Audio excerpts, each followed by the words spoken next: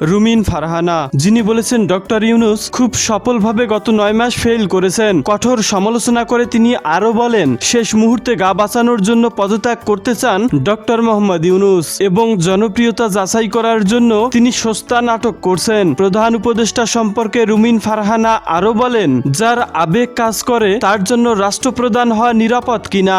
বিগত আওয়ামী সরকারের শাসনামলে রুমিন ফারহানা উপাধি পেয়েছিলেন বিএনপির সাহসী নারী নেত্রী এবং রাজপথের লড়াকু সৈনিক হিসাবে।